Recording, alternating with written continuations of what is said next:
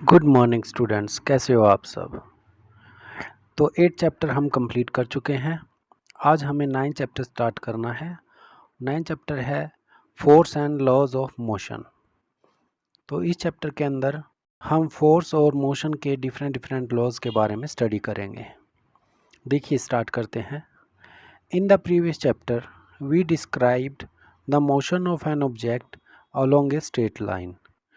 तो पिछले चैप्टर के अंदर हमने ऑब्जेक्ट के स्ट्रेट लाइन मोशन को स्टडी किया था। और स्ट्रेट लाइन मोशन के अंदर हमने क्या क्या पढ़ा था? In terms of its position, velocity and acceleration. तो उसकी पोजीशन, वेलोसिटी और एक्सेलरेशन के बारे में हमने बात की थी। We saw that such a motion can be uniform और नॉन यूनिफॉर्म। तो हमने देखा कि ये मोशन जो है यूनिफॉर्म भी थे और नॉन यूनिफॉर्म भी थे। इन दोनों को हमने स्टडी किया था।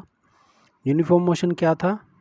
जब कोई object equal distance in equal interval of time travel करता है तो उसे यूनिफॉर्म मोशन बोलते हैं। और नॉन यूनिफॉर्म इसके अपोजिट था। जब unequal distance in equal interval of time cover करता है कोई ऑब्जेक्ट तो उस मोशन को नॉन यूनिफॉर्म मोशन कहते हैं। We have not yet discovered what causes the motion. तो हमने सिर्फ मोशन और उसके डिफरेंट टाइप्स जैसे वेलोसिटी, एक्सेलरेशन, इनके बारे में बात की थी। हमने इस बारे में बात नहीं की थी कि मोशन किस वजह से होता है, उसका कारण क्या है।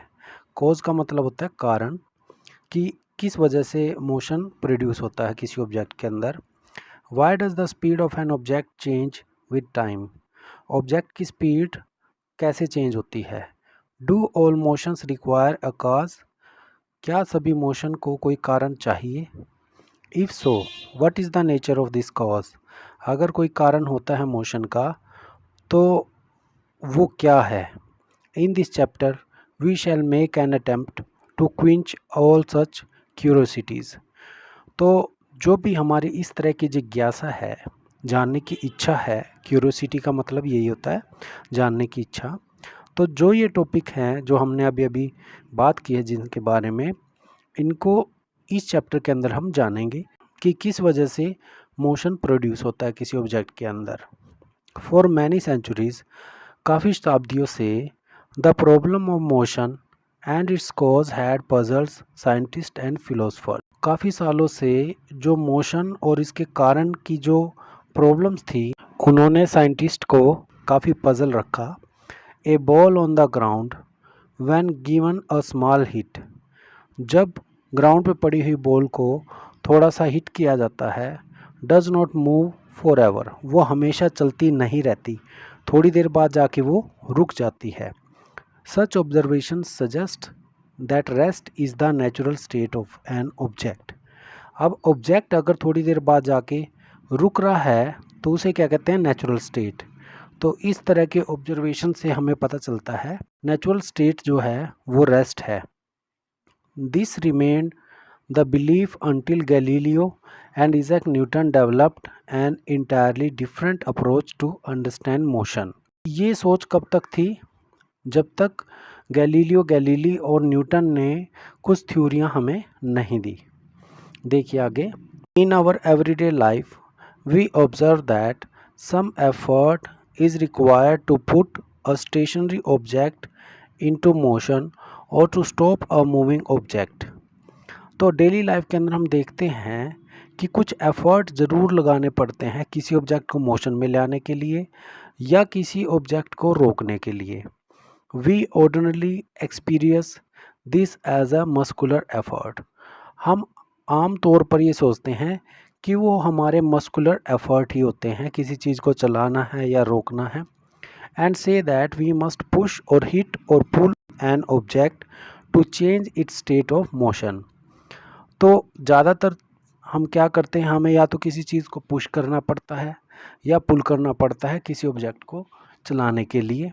Late us now ponder about a force. अब हम फोर्स के बारे में बात करेंगे। What is it? In fact no one has seen, tested और फेल्ट अ फोर्स। आज तक किसी ने फोर्स को देखा नहीं है क्योंकि वो दिखाई नहीं देती, ना ही महसूस कर सकते। उसका सिर्फ इफ़ेक्ट हम महसूस कर सकते हैं।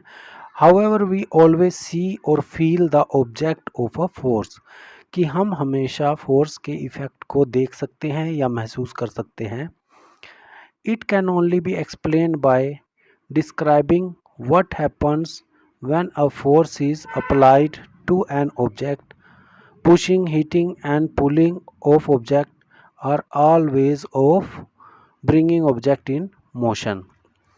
तो हम सिर्फ यही एक्सप्लेन कर सकते हैं कि अगर हम किसी चीज़ पे फोर्स लगाते हैं तो उस ऑब्जेक्ट के अंदर मोशन प्रोड्यूस हो जाता है या फिर वो रुक जाती है अगर वो चल रही है। From your studies in earlier classes, तो पिछली क्लासेस के अंदर आपने स्टडी किया है। You are also familiar with the fact that force can be use to change the magnitude of velocity of an object, कि फोर्स का वेलोसिटी चेंज करने के लिए भी इस्तेमाल किया जाता है। That is to make the object move faster और स्लोअर, कि ऑब्जेक्ट को तेज़ चलाना है या स्लो चलाना है तो फोर्स उसको चेंज कर देता है। और to change its direction of motion, और या फिर उसके मोशन की डायरेक्शन को भी चेंज कर सकता है force. So we also know that a force can change the shape and size of object. हमें ये भी पता है कि फोर्स जो है साइज ऑफ ऑब्जेक्ट भी चेंज कर सकता है। नीचे आप एग्जांपल देखिए, स्प्रिंग का एग्जांपल दिया हुआ है। अगर हम स्प्रिंग को स्ट्रेच करते हैं, दोनों तरफ से खींचते हैं दोनों तरफ से, तो वो फैल जाता है। और इसी तरह उससे भी नीचे एक बॉल का एग्जांपल दिया हुआ है। अगर बॉल को हम प्रेस करते हैं, रबड़ की बॉल है ये, जैसे जो बच्चे खेलने के लिए इस्तेमाल करते हैं, अगर उसको दोनों तरफ से हम पुश करेंगे तो बॉल दब जाएगी, पिचक जाएगी थोड़ा। तो ये फोर्स की वजह से ही होता है, और जैसे ही हम ये फोर्स रिलीज़ करते हैं वो वापस अपनी शेप में आ जाती है। इसका मतलब क्या है कि फोर्स का इस्तेमाल शेप चेंज करने के लिए भी किया जा सकता है।